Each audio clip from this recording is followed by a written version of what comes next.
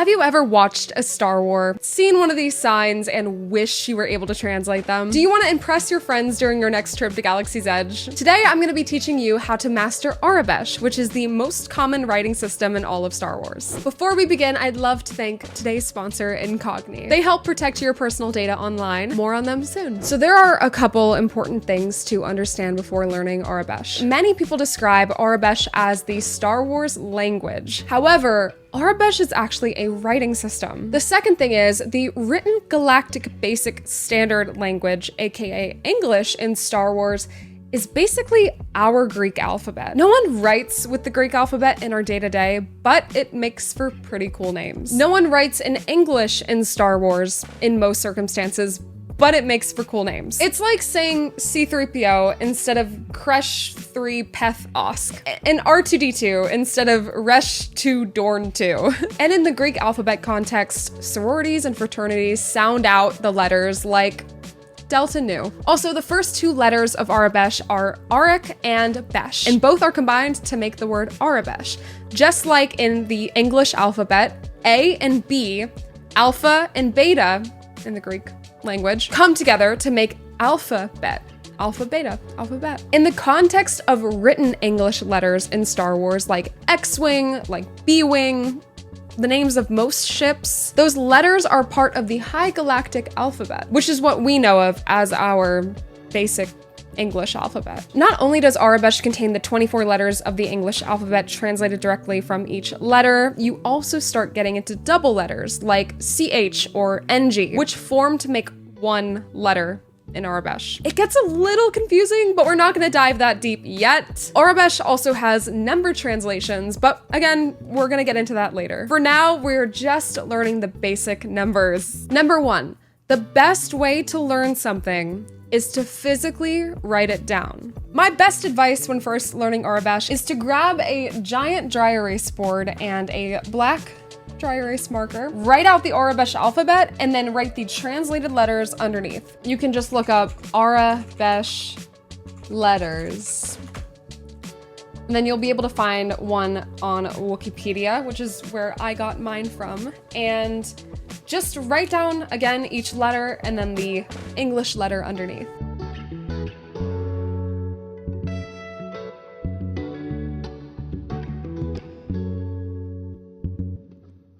Here's my dry erase board with all of the Aurebesh letters, as well as the 24 English letters in the alphabet. So going ahead and writing them down kind of gets it started in your mind. It gets the motors, it gets the gears cranking in your mind about, associating each symbol with a letter. This will get you used to looking at the letters and translating them into something that is most familiar to you, your name. So I'm gonna write down my name in Aurebesh.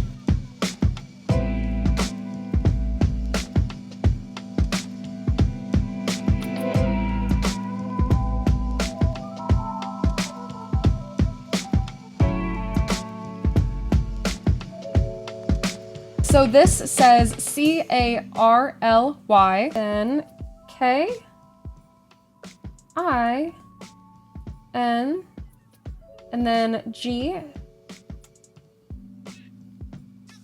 Boom. So here I've written my name in Aurebesh. You just gotta keep writing it over and over and get used to writing down the thing that's most familiar to you. Getting those letters memorized initially is very important because sometimes you can look at an Aurebesh word and be like, oh, that's an A.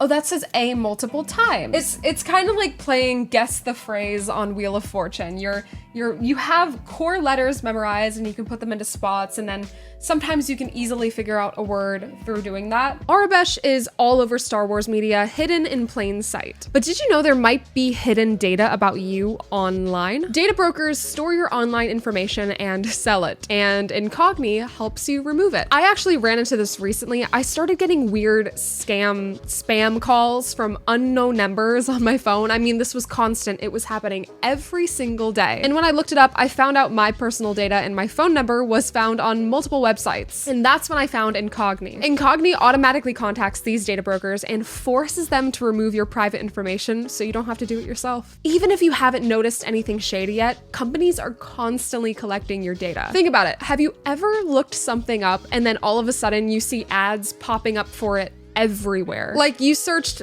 best cheap microwaves and all of a sudden you're getting ads popping up on every app, every site about microwaves. Yeah, that's data tracking in action. Incogni has a few different subscriptions, but for you guys, for those of you watching, Incogni is offering 60% off an annual plan using my code CarlyKing at this link on the screen. It's also in the description below. Incogni also offers a 30-day money-back guarantee, so there's no risk to try it out. Now back to learning Aurebesh. Step number 2, make flashcards. I was able to learn Aurebesh in less than 3 days with this method, so it's tried and true. I promise it works. Luckily, a good chunk of Aurebesh letters look like their English counterparts, like L, O, N, T, G. So my advice is to get 24 flashcards and write the Aurebesh letter on one side and then the English letter on the other. Okay, so now I've written all 24 Aurebesh letters on these flashcards, and basically what I'm gonna do is I'm gonna start going through the Aurebesh letters and I'm gonna see if I know any of them. The ones I know for sure, like N, O, the very basic and easy letters to know, I'm gonna put them in one pile. So I'm gonna make a easy pile and a hard pile. Funny thing about B, a way to memorize this, although it doesn't look like a B, it looks like a burger. So B for burger. Repetition and full attention is key when it comes to memorization, so just practice. Keep doing it over and over until that pile gets smaller and the good pile gets larger. Step 3, learning double letters and numbers. Double letters, aka digraphs, can be a little tricky to learn because they don't exist in the English alphabet. However, they do have their own unique symbols in the Aurebesh alphabet. Unfortunately, there's no trick or easy way to learning these aside from flashcard repetition. So as soon as you learn all 24 letters in Aurebesh, just make separate flashcards for these 6 digraphs and practice them in short bursts so you don't have to think about them. I'll write them on the board just to make it a little easier. So here we have CH, AE, EO, KH, NG, OO, SH, and TH. Again, I'm gonna write them all on the flashcards. I lied, there's 8, not 6. Okay, so I have the 8 digraphs on these flashcards. Again, just study them independently and get used to them, and hopefully it'll make your life easier. The numbers just look like numbers, so that one doesn't really need repetition, but you can just take a look at them for a couple minutes to get used to them. Also, there is punctuation. Punctuation can also be a little tricky. Most of the time, you don't really need it unless it's a question mark or an exclamation point, so that's just a separate thing to learn. Right now, we're focusing on the Aurebesh alphabet, so if you want to learn punctuation, take a second, make some flashcards, and practice those as well. A good way to start applying the double letters and learning those is to write out short phrases that include double letters, like the Sith chose the wrong path. So this says the Sith chose the wrong path. I'll give you a couple seconds to try and translate this on your own. You can pause the video if you have to. Now that you've unpaused the video, if you wrote yours like this, then you would be correct. I'll let you look at this and attempt to translate it. You can pause the video again. If you wrote it like this, then you would be correct.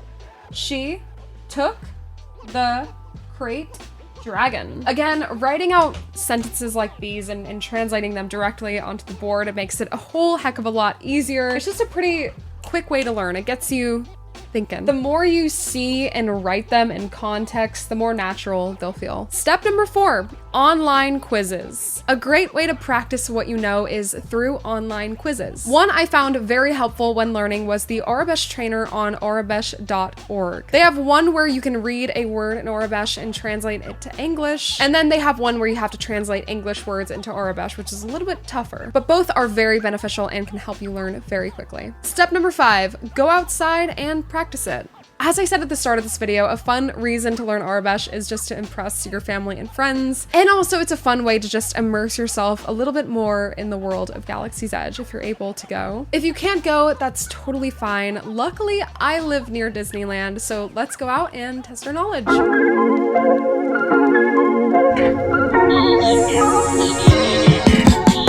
Let me know if you're able to actually translate this. This is kind of a intermediate you know, translation. It says sales, service, trades. Sales, service, trades. At Droid Depot. I'd say this has to be some of the most tough Aurebesh to translate in the park.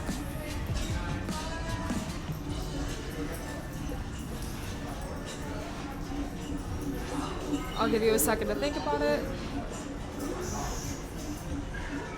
A very kind cast member actually just gave me this little Aurebesh alphabet translation card. Okay, this is a pretty funny translation because it literally translates to trash to sector.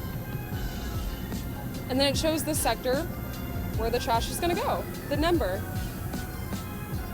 That's pretty cool. This says warning, keep closed. It makes sense. Learning Aurebesh turns Galaxy's Edge into an interactive Easter egg hunt. Even some words on the menus are written in Aurebesh. The language is everywhere, you just have to know where to read it.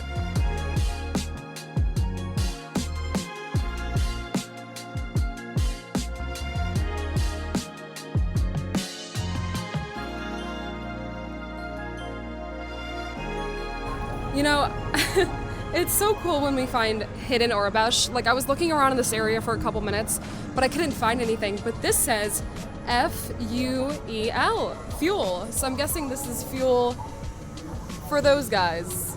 Those little dudes that probably need it. They're very tired right now. Fuel. The more you know.